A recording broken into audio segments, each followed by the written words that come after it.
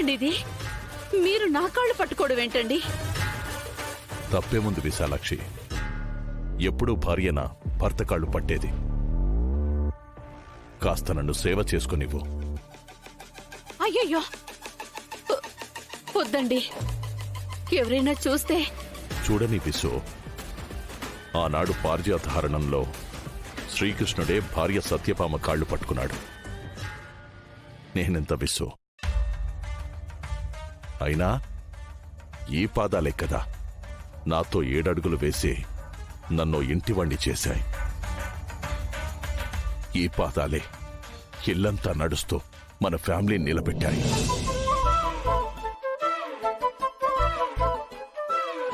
ఈ పాదాలే కదా బయటంతా తిరిగి మనింటికి ఎమ్మెల్యే పదవి తెచ్చిపెట్టాయి. అలాంటి నీ మేలైన పాదాలని పట్టుకునే అర్హత ఈ దుర్మార్గపు చేతులకు లేదా అసలు? ఇవే కదా ఈ చేతులే కదా నిన్ను ఉదయం కొట్టింది.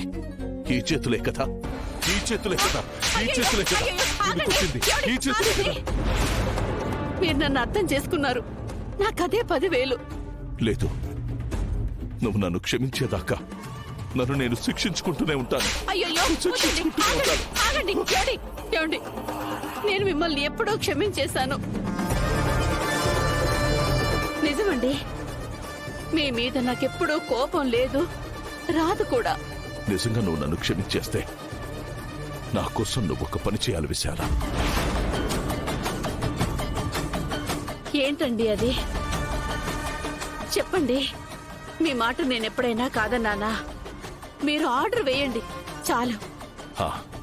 నాకు మినిస్టర్ అయ్యే అవకాశం వస్తే నువ్వేం చేస్తావు?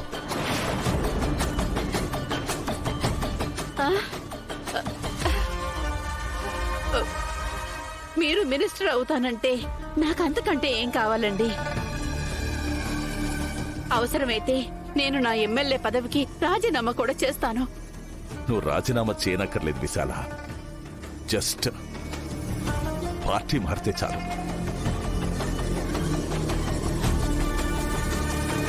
ఇప్పుడు నువ్వేం చేయాలంటే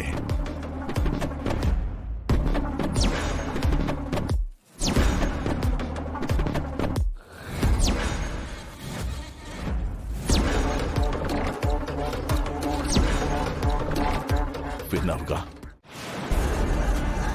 ఏం మాట్లాడుతున్నావు జాను?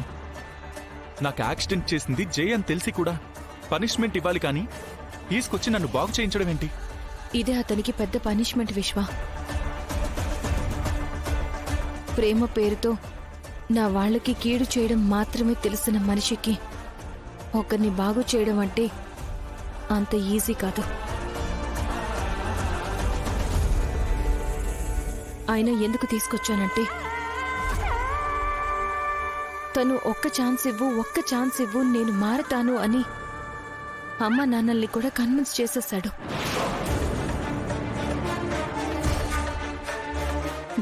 అందుకే ఇదంతా చేస్తున్నాను విశ్వ.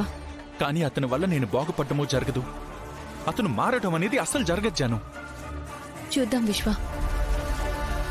నిజంగా నువ్వన్నట్టు తను మారలేదంటే మళ్ళీ నా వెంట పడే ఛాన్స్ కూడా ఉండదు అతనికి.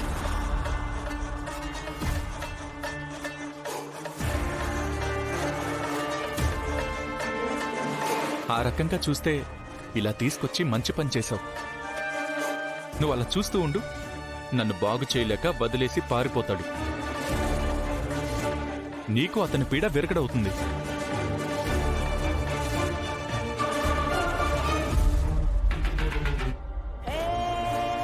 ఏమో విశ్వ,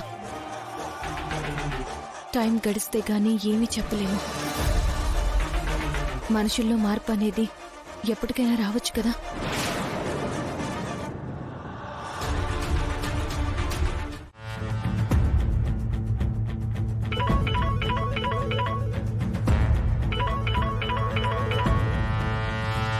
సూర్యప్రతాప్ గారు, నమస్తే సార్. మీరింత నమ్మక ద్రోహం చేస్తారనుకోలేదు. డబ్బులకి అమ్ముడుపోయారు. నువ్వు బతిమాలితేనే కదా మీ అత్తయ్యకి టికెట్ ఇచ్చింది.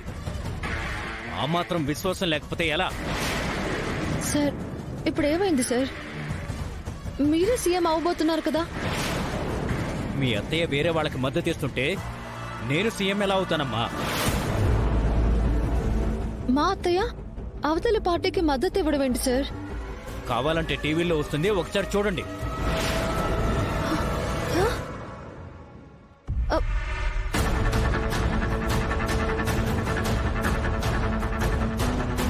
శ్రీమతి బైరపనేని విశాలాక్షి పార్టీ మారబోతుండటంతో అనూహ్యంగా లోక్తంత్ర పార్టీ నుంచి వెంకట్రెడ్డి సీఎం కుర్చీ అధిరోహించబోతున్నారు.